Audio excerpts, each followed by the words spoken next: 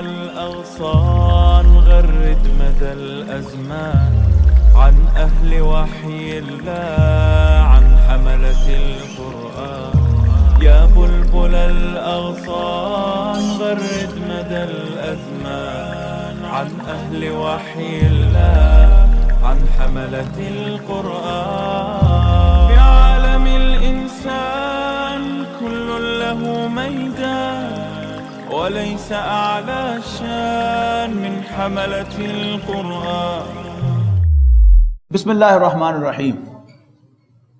والسماء ذات البروج والیوم الموعود وشاہد ومشہود قتل اصحاب الاخدود النار ذات الوقود اذ هم علیہا قعود وهم علی ما یفعلون بالمؤمنین شہود وما نقموا منهم الا ان یؤمنوا باللہ العزیز الحمید الذی لہ ملک السماوات والارض واللہ علی کل شیء شہید. والسماء ذات البروج، قسم ہے آسمان کی جو برجوں والا ہے. برج کہتے ہیں اس نمایاں روشنی کو جو پرانے زمانے میں شہروں کی فصیل کے دروازوں پر لگائی جاتی تھی اونچی کر کے، تاکہ دور سے آنے والے مسافروں کو اندازہ ہو جائے کہ انٹرنس یہ ہے. اس کو برج کہتے تھے. اب آسمان برجوں والا، تو پہلے ہم آسمان تک پہنچے جو ہم ابھی تک نہیں پہنچے، پھر آسمان کے دروازوں کو ڈھونڈیں اور پھر ہم اپریشیٹ کریں گے کہ وہ برج کیا ہیں. ابھی تو ہم ایمان بالغیب کریں گے. اللہ نے فرمایا ہے تو آسمان بھی ہے، آسمان کے دروازے بھی ہیں اور اس پہ برج بھی ہیں. ان کی قسم کھائی جا رہی ہے. والسماء ذات البروج، برجوں والے آسمان کی قسم. والیوم الموعود، اور اس دن کی قسم جس کا وعدہ کیا گیا ہے یعنی قیامت. وشاہد ومشہود، اور دیکھنے والے کی اور دیکھے جانے والے کی قسم. قتل اصحاب الاخدود، کھائیوں والے قتل کیے گئے، ہلاک کیے گئے. اس کے دو ترجمے ہیں کہ کھائیوں والے ہلاک کیے گئے یا قتل اصحاب الاخدود، مرے خندقیں کھودنے والے. النار ذات الوقود، کہ جس میں دہکتی ہوئی آگ بھری گئی. اذ ہم علیہا قعود، جبکہ وہ اس کے گرد بیٹھے ہوئے تھے. وہم علی ما یفعلون بالمؤمنین شہود، اور مومنوں کے ساتھ وہ جو کچھ کر رہے تھے اس کا مشاہدہ کر رہے تھے، اس کو دیکھ رہے تھے. وما نقموا منہم، اور وہ ان سے کسی چیز کا بدلہ نہیں لے رہے تھے. الا ان یؤمنوا باللہ العزیز الحمید، مگر یہ کہ وہ اللہ بالادست اور تعریف کے قابل کی پر ایمان لے آئے تھے. الذی لہ ملک السماوات والارض، وہ کہ جس کی بادشاہی آسمانوں اور زمین میں ہے. واللہ علی کل شیء شہید، اور وہ سب کچھ دیکھ رہا ہے. ایک واقعہ جو مولانا شبیر احمد عثمانی رحمۃ اللہ علیہ نے اپنی تفسیر میں لکھا ہے کہ ایک بادشاہ کا جو آفیشیل جادوگر تھا، بادشاہ کا آفیشیل جادوگر تھا، شاہی جادوگر کہہ رہے، رائل میجیشین. وہ بوڑھا ہو گیا تو اس نے بادشاہ سے کہا کہ مجھے کوئی ذہین سا بچہ دو، میں بوڑھا ہو گیا ہوں تو مجھے کوئی ذہین سا بچہ دو کہ میں مرنے سے پہلے اپنا علم اس کو منتقل کر دوں. پوری رعایا میں سے ایک بچہ منتخب کیا گیا، ذہین بچہ، اور اس کی ڈیوٹی لگائی گئی کہ تم روزانہ اس جادوگر کے پاس جایا کرو. اس جادوگر کے راستے میں ایک راہب کی خانقاہ بھی تھی. تو بچہ جو ہے وہ جاتے جاتے جو ہے تھوڑی دیر راہب کے پاس بھی بیٹھ جاتا تھا. اب دونوں اپوزٹ تعلیم دیتے تھے. راہب جو ہے اس کو توحید کی تعلیم دیتا تھا، اللہ تعالیٰ سے متعارف کرواتا تھا، اور جادوگر جو ہے وہ تو ہمیشہ برائی کی تلقین کرتا ہے. جو جادو کے جتنے بھی یہ منتر شتر ہوتے ہیں ان میں سب میں ولگر گفتگو ہوتی ہے، اور جنات جو ہے ان کے نام پکارے جاتے ہیں، شرک کیا جاتا ہے. اب بچہ دونوں طرف جاتا، یعنی آتے جاتے ہوئے راہب کے پاس بھی بیٹھتا، وہ اس کے اندر ایمان بھرتا. جادوگر کے پاس جب جاتا تو اس کو جادو سکھاتا اور شرک سکھاتا. ایک دفعہ بچہ جو ہے کسی جگہ گزر رہا تھا تو اس نے کیا دیکھا کہ ایک بہت بڑا جانور راستہ روکے ہوئے کھڑا ہے، تو لوگ پریشان کھڑے ہیں کہ اس نے راستہ روکا ہوا ہے. بچے نے کہا کہ آج موقع ہے کہ میں ٹیسٹ کر لوں کہ جادوگر کا دین درست ہے یا راہب کا دین درست ہے. راہب سمجھتے ہیں نا، یعنی عیسائی راہب، اس لیے کہ حضور صلی اللہ علیہ وسلم سے قبل جو تھا وہ سب سے لیٹسٹ جو آسمانی وحی تھی وہ انجیل تھی اور حضرت عیسیٰ کے ماننے والے. اس نے ایک چھوٹا سا کینکر اٹھایا زمین سے اور کہا کہ اگر راہب سچا ہے تو اے اللہ اس پتھر سے یہ جانور مر جائے. اس نے یوں پتھر پھینکا، جانور ڈھیر ہو گیا.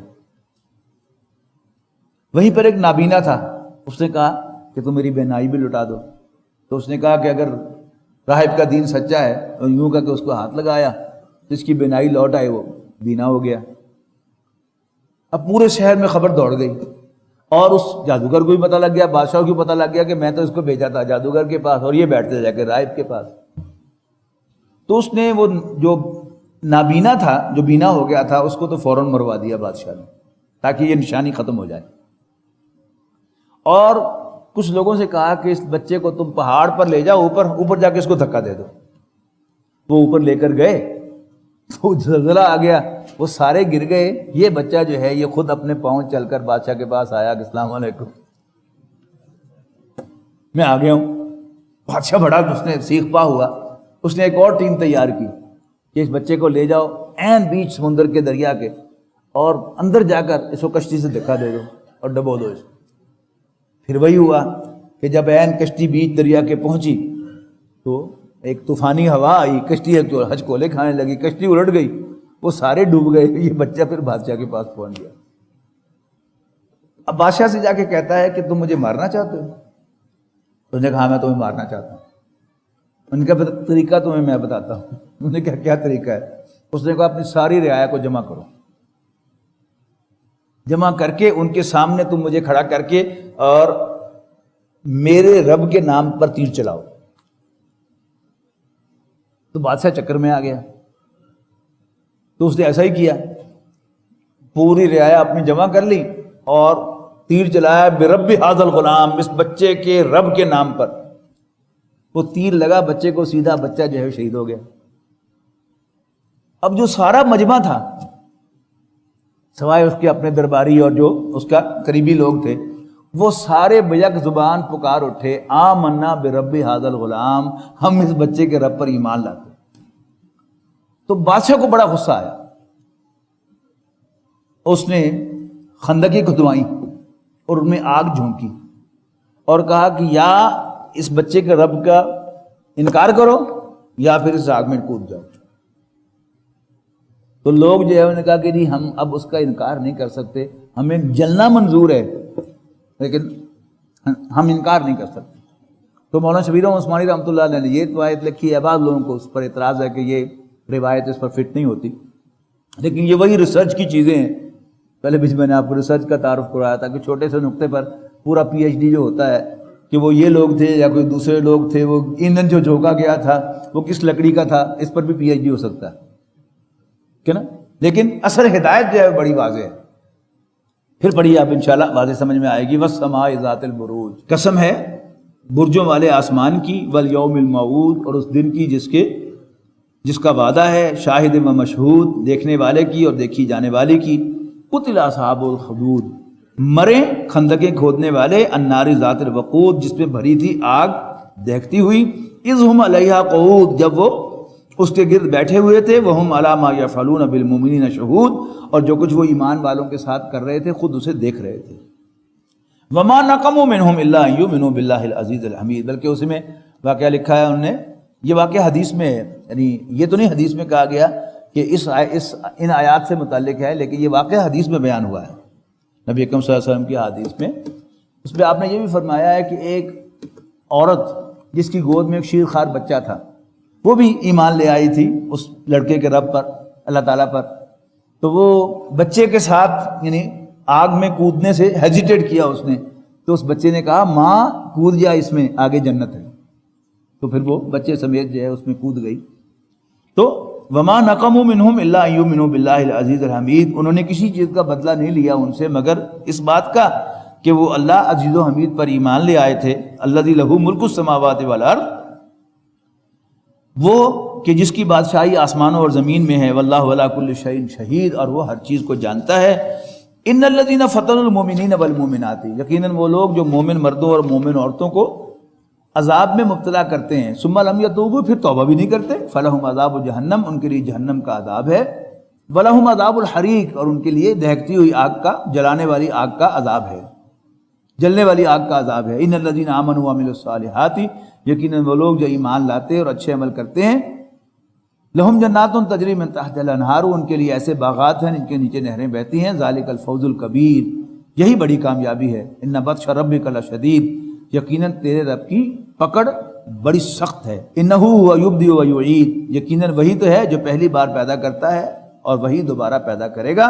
وہو الغفور الودود، اور وہی ہے بہت بخشنے والا اور بہت محبت کرنے والا، ذو العرش المجید،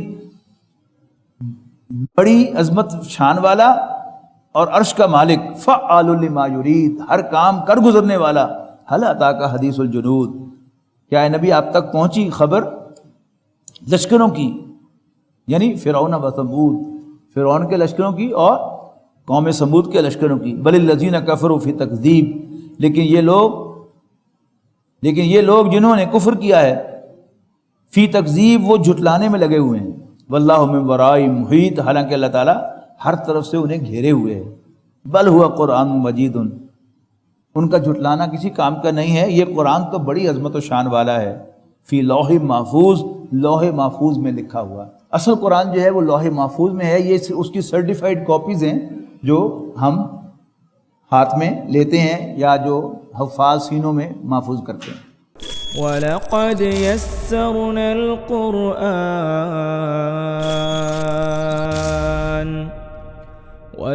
يَسَّرْنَا الْقُرْآنَ لِلذِّكْرِ فَهَلْ مِن مُّدَّكِرٍ